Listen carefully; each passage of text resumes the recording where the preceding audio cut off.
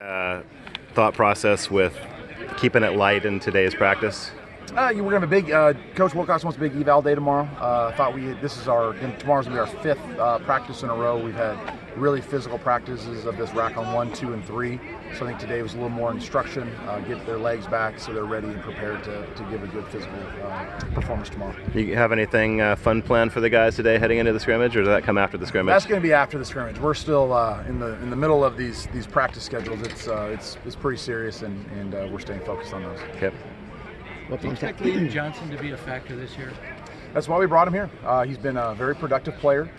He's summer conditioning. He was really doing some good things in terms of leadership, and he looked like a veteran player that has played a lot. And then when he's ready to go, we'll get him back out and get him involved. Do you think he'll be ready for the opener?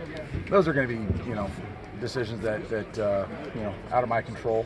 And I hope everybody that can get healthy will be healthy and ready to help us. What are you seeing out of the newer edge guys, Fallon and Tunkara? Yeah, Sirmon and Sheck, I think they both come a long ways. Sheck is really, I think, in the last two practices, really in these last three practices, but really in practice 2 and 3 in this rack of 5, I think has really started to show, what his tools are going to be. He's a physical player.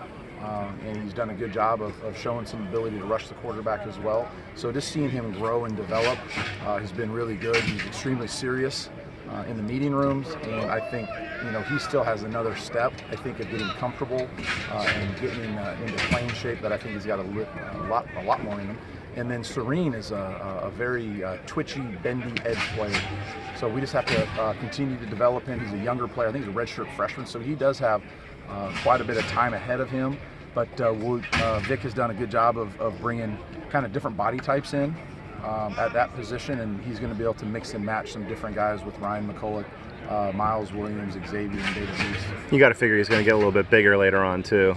I think all those guys, it's just the maturity process of edge players, D linemen, O linemen. Most everybody, from 19 to 22 gets heavier. What is at the top of your eval list for tomorrow?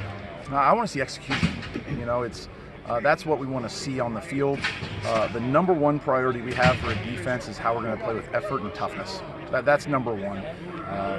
You have to possess that to even have a chance. So those two things, effort and toughness, should always be number one and number two. But those things are prereqs. So the execution of, are the guys understand what we're asking them to do? Are they able to get in and out of situations with the tools we've given them in the certain calls? That's what I'd like to see, so we can continue to move forward with the finer details of what we want to coach. Tackling wasn't necessarily a strong suit of the team last year. Do you see that improved in the offseason heading into this one? I think tackling's always a big deal. I don't think I'd ever say it's renewed. First day we tackled. I think we've tackled every day as a team other than the 2 days we haven't been in pads. So to say that there's not an effort or an emphasis on tackling, from my point of view, would be completely not anything that we're about.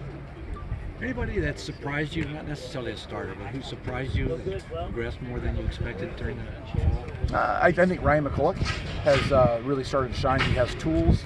He's a flashy player that played the edge last year, but I think he's grown a lot stronger. He doesn't understand what we're asking to do. So I think he could be a player that really factors in to some situations this year. At the edge. Mm-hmm. At the edge. How would you assess Noel's week so far? Noel's stayed consistent. He's made big improvements from last year. I thought he was a consistent player last year, but I think he's playing with more confidence, and I think he's stronger now, and he's moving just as well. So the maturity and the development of him with Trey and Terrence, he's done a really nice job. There seems to be quite a number of defensive backs that could challenge for a lot of playing time. Do you go harder with the ones knowing that you can sub in fresh legs that can allow them to maybe go more all out? I don't know. I think every week's going to be like who's available, what's the matchup, what style of offense we're playing. I think there's a couple positions, interior D-line and DBs, there's never enough. Because the speed DBs, the second DBs, those guys are the core of your special teams. We're going to be in 4-2-5 spacing 85% of what we do, and versus 10-11 personnel. So those guys, we always need those types of players, and we've had games we play 104 snaps. We've had games we play 87 snaps. So the more the better there in the interior D line. So we'll play whoever's fresh and ready to go. How many defensive tackles do you expect to play in a game? As many as can help. But again, there's so much contextual stuff. Is it tempo? Is it huddle? Are we winning? Are we behind? We played. I was watching Wazoo's game last year on the Hail Mary. That was played 104. I think Auburn we played 62. So every game unveils it, kind of reveals itself in a different fashion. So if an offense has 100 plays, how many defensive tackles do you have? Probably seven, and then you got to roll them through and see who can rush the passer on third down. You've been through a lot of camps. How close are you to where you want to be at this point?